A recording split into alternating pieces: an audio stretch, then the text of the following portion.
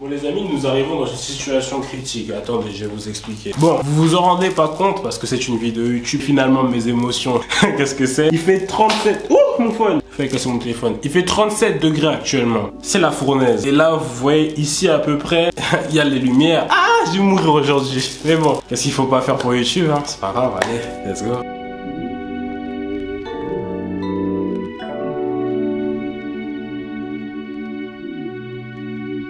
Aujourd'hui, on se retrouve pour une nouvelle vidéo. Les amis, comment allez-vous? Aujourd'hui, on se retrouve pour une petite vidéo assez cool. Je vous avouerai que cette vidéo-là, j'avais un petit peu hâte de la faire. Ça fait un moment que j'avais réfléchi sur cette vidéo-là. C'est quand j'ai vu un commentaire qui m'a dit « Lenny, tu devrais faire une vidéo où tu présentes des coupes de cheveux » que je me suis dit « Allez, c'est bon, c'est le moment, c'est parti. » Sachant qu'en plus, là, ça commence à être l'été. Vraiment, l'été, c'est le cas de le dire. Il fait vraiment ultra chaud dehors. Ressenti vraiment 42. Je me dis « Vous êtes sûr qu'on est au bon endroit là ?» Mais bon, tout va bien. On va espérer que ça reste comme ça un petit peu parce qu'on n'a pas envie d'un été où il va pleuvoir. Bon, ça a porté malheur. Mais enfin, bref, ce qui est sûr, c'est que dit été un petit peu coupe de cheveux, dit un peu le moment où on a envie un peu de step up, vous voyez ce que je veux dire, un peu de bomber, un peu de montrer que voilà, hein. C'est pour ça qu'aujourd'hui dans cette vidéo, j'ai décidé de vous présenter les différentes coupes de cheveux à avoir en 2022, différents types de coupes de cheveux que vous devrez intégrer, que vous devrez essayer si vous les avez pas déjà essayés. Si vous les avez déjà, bah c'est cool, vous pouvez regarder la vidéo quand même, parce que je considère que ces coupes de cheveux c'est un peu des must-have, c'est des trucs qui sont un peu trendy, que ce soit en 2022, mais je pense qu'on va garder assez longtemps. Donc sans plus tarder, on est parti. Bien sûr, comme d'habitude, avant que la vidéo commence, le petit like, le petit abonnement, tu connais déjà 70% des gens qui regardent mes vidéos ne sont pas abonnés. Voilà, j'ai fait ma promo, on peut commencer avec les coupes de cheveux, c'est parti. Hop, laissez-moi juste prendre mon téléphone, ma liste est juste là, comme d'habitude, vous connaissez déjà, on est parti pour la petite liste. Donc les gars, comme vous avez bien compris, j'ai essayé de regrouper les coupes de cheveux en catégories, donc vous allez suivre au cours de la vidéo, vous allez voir que ça va partir, ça va vraiment être très fluide. On va commencer tout de suite avec la première coupe de cheveux, le premier type de coupe de cheveux, celui-là je pense que vous connaissez tous. On commence un petit peu global, mais j'ai envie de vous dire, c'est un petit peu obligatoire, les cheveux courts, donc la coupe courte. La coupe courte, celle-là on la connaît tous, celle-là franchement elle est connue de tous pour de vrai. C'est généralement la coupe de cheveux que vous portez quand vous voulez avoir cet aspect un peu plus mature, parce que généralement c'est sur les personnes un peu plus âgées et sur les adultes qu'on retrouve cette coupe de cheveux. Et généralement, comme j'ai dit précédemment, cette coupe de cheveux là est un peu déjà d'une facile à maintenir parce que justement t'as pas de cheveux, ou du moins t'as très peu de cheveux. T'as littéralement très peu de cheveux, donc au niveau du maintien, de l'entretien quotidien, bah t'as quasi rien à faire à part vivre. Et aussi niveau esthétique, c'est vraiment un truc qui est plutôt propre. Donc moi je parle vraiment dans cet aspect là en global, soit la coupe, je veux dire en mode armé, vous savez, où vous coupe vraiment très très bas, il y a un tout petit peu de cheveux et c'est vraiment court sur toute la tête. Si vous voulez rajouter un petit truc un peu plus cool, je vous conseille de faire vos contours parce que déjà d'une ça frame votre visage, on a un aspect un peu plus symétrique à votre visage et c'est toujours un peu plus cool pour l'esthétique globale. Mais voilà, la coupe courte est un truc aussi très très cool. Dans la continuité à cela, franchement vous vous en doutez bien, celui-là, je pense que tous ceux qui ont cliqué sur cette vidéo là, je pense que vous devriez le voir. Le dégradé, celui-là, je pense c'est un incontournable avec la coupe courte. Généralement, la coupe courte avec les contours, ça c'est vraiment le truc plus traditionnel, plus strict un petit peu. On peut retrouver souvent, comme j'ai dit, avec cet aspect un peu de l'armée, mais généralement chez les personnes un peu plus âgées. Mais ce qu'on voit actuellement, ce qui est plutôt trendy, ce qui est plutôt cool, ce que même moi j'ai apprécié tout simplement, c'est les dégradés. Les dégradés, vous pouvez le faire sur différentes formes de votre visage. Je vais vous mettre des images à l'écran comme d'habitude. Le dégradé avec la coupe courte, c'est un peu un incontournable. Je pense qu'il y a une majorité des gens ici longs, que ce soit cheveux lisses, cheveux crépus, cheveux afro, vous pouvez tous faire cette coupe là. Littéralement, si vos cheveux ils sont ultra bas, vous faites un dégradé et puis voilà. La petite transition de cheveux, que ce soit à blanc jusqu'à la hauteur de vos cheveux souhaités, c'est toujours très très cool. Encore une fois, avec des contours, c'est encore plus cool. Mention spéciale si vous voulez rajouter un peu plus de sauce aux waves, parce que c'est un truc aussi qui est plutôt vraiment, si vous avez la possibilité, faire des waves, c'est aussi un truc qui va avec le dégradé, avec la coupe courte. Et aussi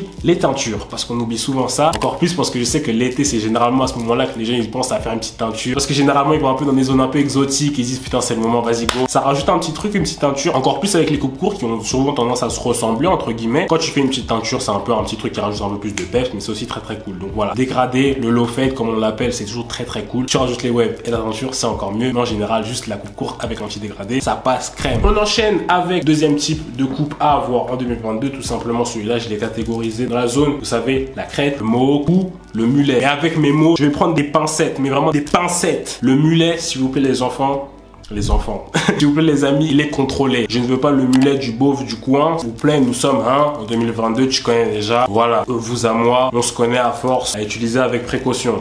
Mais c'est vrai qu'en général, ce genre de coupe là, c'est des trucs qui sont un peu plus trendy en ce moment là, qui sont plutôt cool. Notamment tout ce qui est mohawk, donc un peu le côté où on rase au niveau des côtés et on laisse pousser que au niveau de l'arrière de la tête et du devant. Donc c'est un peu une grosse crête en vrai de vrai. Je sais que généralement il y en a qui font vraiment tous les côtés, il y en a seulement qui laissent un petit peu une partie derrière pour laisser pousser. Ça c'est à votre convenance. Généralement aussi, il y a un truc qui est plutôt cool. Moi, j'ai vu ça, c'était plutôt trendy. C'est un petit peu le mulet. Donc, en gros, c'est cette partie un peu coupée un peu sur les côtés. Vous laissez un petit peu plus pousser derrière. Et généralement, ça a un peu cet aspect un petit peu plus trendy. Je pense que c'est vraiment très récemment que ça commence un petit peu à se populariser. C'est pour ça que je l'ai mis dans cette vidéo aussi, pour ceux que ça intéresse. Vraiment, l'aspect positif avec ces genres de coupe de cheveux, c'est que c'est rasé un petit peu au niveau d'ici. C'est un peu plus court, mais généralement, ça met en avant la mâchoire parce que ça structure un petit peu. Vu que c'est rasé ici, ça laisse ressortir un petit peu la mâchoire. Ça a ce côté un peu plus clean. Mais vraiment, ce qui est très très important avec ce genre de cheveux, parce que généralement, ce genre de coupe, c'est avec des hauteurs de cheveux assez moyennes, voire longues en fonction. C'est l'entretien des cheveux. Donc, faire très attention avec les produits que vous pouvez mettre dans vos cheveux, etc. Sinon, la force aura l'air un petit peu plus lisée, un peu plus messy, un peu plus, entre guillemets, mal entretenu. Vous voyez ce que je veux dire? C'est pas ce qu'on veut. Donc, en fonction de l'entretien de vos cheveux et si vous avez une coupe plutôt régulière, vous allez voir que ça aussi, c'est plutôt très cool. Et bien sûr, ce qui est cool aussi avec cette coupe-là, c'est qu'en fait, l'aspect que ça va avoir, le mohawk ou franchement le mulet comme vous voulez, c'est que ça va varier avec la forme de votre visage. Donc, si vous avez une forme du visage totalement différente, ça aura un aspect totalement différent d'une personne à une autre. Ça veut pas forcément un mal, ça veut juste dire que ce sera juste individuellement différent. Donc, deux personnes peuvent avoir la même coupe. S'ils ont pas la même forme du visage, ça va leur aller totalement différemment. Et c'est ça qui est plutôt pas mal. On enchaîne encore dans la continuité. Vraiment, on évolue. On est passé de petits, courts à mi-long. Là, on pense vraiment à la partie longue. Vraiment, ça, c'est un truc que j'apprécie tout particulièrement. Quoique, même ça peut rester encore dans les mi-longs. Je pense que vous allez comprendre avec la vidéo. C'est l'afro.